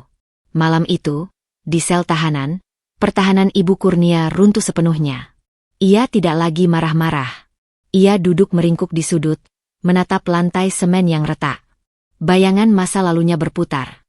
Betapa Zahra dulu melayaninya dengan hormat, membelikannya obat mahal saat sakit, memberinya uang saku bulanan. Zahra adalah pohon rindang tempat ia bernaung, dan dengan tangannya sendiri, ia telah menebang pohon itu demi kayu bakar sesaat. Kita miskin, Reno. Bisik Ibu Kurnia, suaranya terdengar seperti hantu. Tanah habis. Emas disita. Rumah nggak punya. Kalau kita bebas nanti, kita mau tidur di mana? Reno tidak menjawab. Ia sedang sibuk dengan hantu-hantunya sendiri. Ia membayangkan Zahra sedang tidur di apartemen mewahnya di Surabaya. Mungkin sedang tersenyum lega karena beban parasit telah lepas dari punggungnya. Reno sadar, hukuman terberat bukanlah penjara fisik ini. Hukuman terberat adalah ingatan. Ingatan tentang wanita sempurna yang pernah ia miliki, dan bagaimana ia menukarnya dengan meja judi dan keserakahan ibunya. Setiap detik di dalam sel ini, bayangan wajah Zahra akan menghantuinya, menjadi siksaan abadi yang tak bisa dihindari. Sementara itu, di sebuah kafe outdoor di Jakarta yang menghadap ke langit malam, Zahra duduk sendirian. Di hadapannya, secangkir teh chamomile mengepul hangat. Ia baru saja menerima pesan dari Laksmana bahwa gugatan sudah didaftarkan dan aset mereka sedang dalam proses penyitaan. Zahra menghirup aroma teh itu dalam-dalam, membiarkan kehangatannya merambat ke dada yang selama ini beku. Seharusnya ia merasa senang. Seharusnya ia bersorak. Musuhnya hancur. Keadilan tegak. Tapi yang ia rasakan adalah kehampaan yang aneh. Menghancurkan mereka ternyata tidak mengembalikan kepercayaan dirinya yang retak. Balas dendam itu manis, tapi aftertaste-nya pahit. Ia sadar, ia tidak hanya kehilangan suami dan harta, tapi ia kehilangan kepolosannya. Zahra yang dulu, yang percaya bahwa cinta dan ketulusan akan dibalas dengan kebaikan, telah mati. Terbunuh di malam ia melihat postingan penjualan rumah itu. Zahra mengambil ponselnya, membuka galeri foto. Jari jempolnya melayang di atas tombol, hapus, pada album bernama Wedding Family. Ada ribuan foto di sana. Senyum Reno saat bulan madu. Tawa Tiara saat dibelikan tas. Wajah Ibu Kurnia saat ulang tahun. Semua itu palsu. Dengan satu tarikan napas panjang, Zahra menekan tombol itu. Delete all. Are you sure? Yes. Layar berkedip sejenak, lalu album itu kosong. Zahra meletakkan ponselnya, menatap lampu-lampu kota Jakarta yang berkelap-kelip di bawah sana. Ia menarik napas panjang, menghirup udara malam yang bercampur debu kota, namun terasa begitu segar di paru-parunya. Udara kebebasan. Sakit ini nyata, bisiknya pada angin malam. Tapi setidaknya, sakit ini adalah milikku sendiri, bukan karena orang lain. Ia menyesap tehnya. Besok, ia akan kembali ke Surabaya. Besok, ia akan bekerja lebih keras. Besok, ia akan membangun kekaisaran baru di mana tidak ada satu orang pun yang boleh masuk tanpa izinnya. Di balik jeruji besi yang dingin, keluarga Reno meratapi nasib dalam kegelapan. Di luar sana, di bawah langit yang luas, Zahra mulai belajar berjalan lagi dengan luka yang perlahan mengering menjadi bekas luka yang memperkuat kulitnya. Babak penghancuran telah usai. Kini saatnya babak kelahiran kembali. Tok, tok, tok. Suara palu hakim yang menghantam meja hijau itu terdengar kering dan final, membelah udara pengap ruang sidang Pengadilan Agama Jakarta Selatan. Bagi Zahra, bunyi itu lebih merdu daripada simfoni manapun yang pernah ia dengar. Itu adalah bunyi rantai yang putus. Itu adalah bunyi pintu penjara yang terbuka. Mengabulkan gugatan penggugat untuk seluruhnya. Menjatuhkan talak 1 bain Syugra tergugat, Reno Anggara, terhadap penggugat, Zahra Amalia. Zahra menghembuskan napas panjang yang seolah telah tertahan di dadanya selama 6 bulan terakhir. Di kursi pesakitan di sebelah kiri, kursi itu kosong. Reno tidak hadir. Pria itu masih mendekam di rutan Salemba, menunggu sidang pidana keduanya minggu depan.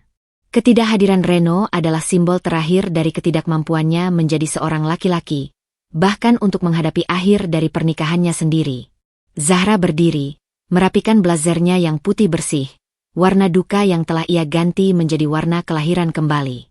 Ia menyalami majelis hakim, menyalami Pak Laksmana, dan berjalan keluar dari gedung pengadilan. Matahari Jakarta menyambutnya di luar. Panas, berdebu, dan bising. Tapi hari ini, Zahra tidak keberatan. Ia merasa ringan, seolah gravitasi bumi tak lagi terlalu membebaninya. Status, janda, yang sering ditakuti wanita, baginya hari ini terasa seperti gelar kehormatan. Gelar bagi seorang penyintas yang berhasil keluar dari medan perang dengan kepala tegak. 1 bulan kemudian, sebuah truk pindahan berwarna kuning terparkir di depan rumah mewah di kawasan elit itu, rumah yang pernah menjadi sumber malapetaka. Namun kali ini, truk itu tidak mengangkut barang-barang Zahra untuk pergi, melainkan mengangkut sisa-sisa kenangan buruk untuk dibuang. Zahra berdiri di ruang tamu yang kini kosong melompong. Gema langkah kakinya memantul di dinding-dinding yang telanjang. Lukisan abstrak sudah diturunkan, meninggalkan jejak kotak yang lebih terang di ket tembok.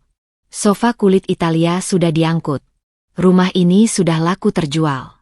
Bukan kepada penipu, bukan kepada drama keluarga, melainkan kepada sepasang suami istri muda yang berprofesi sebagai dokter.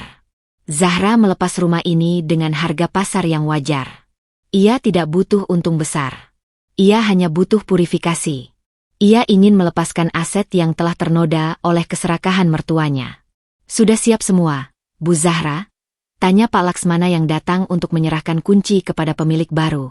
Sudah, Pak, jawab Zahra. Matanya menyapu ruangan itu untuk terakhir kali. Ia teringat bayangan Ibu Kurnia yang duduk angkuh di sofa itu. Bayangan Tiara yang bersuah foto di cermin lorong. Bayangan Reno yang berjanji manis di depan pintu. Hantu-hantu itu masih ada di sana, berbisik lirih, namun mereka tidak lagi menakutkan. Mereka hanyalah debu masa lalu yang akan segera disapu oleh pemilik baru. Bagaimana kabar mereka? Tanya Zahra tiba-tiba. Sebuah pertanyaan yang keluar dari sisa-sisa kemanusiaannya, bukan kerinduan. Pak Laksmana tersenyum tipis, membuka tabletnya. Sesuai prediksi, Reno divonis 4 tahun penjara dipotong masa tahanan. Di dalam, dia menjadi bulan-bulanan tahanan lain karena kasusnya yang dianggap memalukan, menipu istri sendiri. Dia kurus kering, depresi, dan sering sakit-sakitan. Zahra mendengarkan tanpa ekspresi. Ibu Kurnia divonis 3 tahun. Dia mengalami stroke ringan minggu lalu saat mendengar tanah di kampungnya berhasil kita lelang. Sekarang sebagian tubuhnya lumpuh, bicaranya peloh. Dia menghabiskan hari-harinya di klinik penjara, menangis memanggil nama Anda, berharap Anda datang menjenguk dan membayarkan biaya pengobatan VIP. Tentu saja, tidak ada yang menggubris. Dan Tiara. Tiara mendapat hukuman percobaan karena usianya masih muda dan peran sertanya pasif. Tapi, Laksmana mengangkat bahu. Tanpa uang, tanpa mobil, tanpa rumah, dan dengan catatan kriminal, dia sekarang bekerja sebagai pelayan di sebuah warung makan kecil di pinggiran Bekasi. Teman-teman sosialitanya sudah memblokir kontaknya. Dia hidup di kos-kosan sempit, belajar kerasnya dunia yang sesungguhnya tanpa perlindungan kakaknya. Zahra mengangguk. Keadilan telah menemukan jalannya. Bukan keadilan yang meledak-ledak, tapi keadilan yang lambat, sunyi, dan menyakitkan. Mereka tidak mati, tapi mereka hidup dalam neraka yang mereka bangun sendiri batu demi batu. Cukup, kata Zahra. Saya tidak perlu tahu lebih banyak lagi. Mereka adalah masa lalu yang sudah saya tutup bukunya. Zahra berjalan keluar menuju teras. Di sana, pasangan dokter muda pemilik baru rumah itu sudah menunggu dengan wajah berbinar-binar. Sang istri sedang hamil muda, mengelus perutnya sambil menatap taman depan. Selamat sore, Mbak Zahra, sapa sang suami ramah. Terima kasih banyak ya, Mbak. Kami janji akan merawat rumah ini. Istri saya suka sekali dengan desain tamannya. Zahra menatap wanita hamil itu. Ada rasa nyeri yang sangat tipis menyentil ulu hatinya, mengingat rencana bayi tabungnya yang gagal. Namun nyeri itu segera hilang, digantikan oleh doa tulus. Jaga rumah ini, ucap Zahra lembut, menyerahkan setumpuk kunci. Kunci yang dulu ia serahkan pada Reno dengan penuh kekhawatiran, kini ia serahkan dengan penuh keikhlasan. Isilah dengan tawa, bukan dengan rahasia. Rumah ini butuh cinta baru untuk menghapus jejak yang lama. Pasti, Mbak, jawab wanita itu tulus. Zahra tersenyum. Senyum yang benar-benar lepas, mencapai matanya. Ia berbalik, melangkah menuju mobil sedan sport barunya yang terparkir di jalan. Ia tidak menoleh lagi. Mobil itu melaju membelah jalanan Jakarta yang mulai berwarna jingga. Zahra menyalakan radio. Lagu jazz mengalun pelan. Tujuannya sekarang bukan lagi Surabaya, bukan pula kantor lama. Zahra telah mengundurkan diri dari perusahaannya bulan lalu. Dengan modal dari penjualan rumah dan tabungannya, ia mendirikan Zahra Consulting, firma konsultan bisnis miliknya sendiri. Ia tidak mau lagi bekerja untuk orang lain. Ia ingin menjadi nahkoda bagi kapalnya sendiri. Ia juga sudah membeli sebuah apartemen penthouse di pusat kota. Kecil, minimalis, tapi sepenuhnya miliknya. Tidak ada kamar tamu untuk mertua yang jahat. Tidak ada ruang judi untuk suami yang berkhianat. Hanya ada ruang untuk dirinya, buku-bukunya, dan kedamaiannya. Saat lampu merah, Zahra menatap pantulan wajahnya di kaca spion. Ada garis halus di sudut matanya yang dulu tidak ada, garis kedewasaan. Matanya tidak lagi polos, tapi memancarkan ketenangan samudra dalam yang telah melewati badai dahsyat. Zahra teringat sebuah kutipan lama. Balas dendam terbaik adalah kesuksesan yang masif. Dulu ia mengira itu klise. Sekarang, ia menjalaninya. Ia melihat ke kursi penumpang di sebelahnya. Kosong. Tapi kekosongan itu tidak lagi menakutkan. Kekosongan itu adalah kanvas putih. Kanvas yang siap ia lukis dengan warna apapun yang ia mau. Mungkin suatu hari nanti akan ada pria lain yang duduk di sana. Pria yang tahu nilai sebuah kepercayaan. Tapi jika tidak pun, Zahra tahu dia akan baik-baik saja. Lampu berubah hijau. Zahra menginjak pedal gas. Mobilnya melesat maju, meninggalkan bayang-bayang masa lalu yang semakin mengecil di spion, menuju cakrawala masa depan yang membentang luas tanpa batas. Langit Jakarta sore itu tidak lagi kelabu.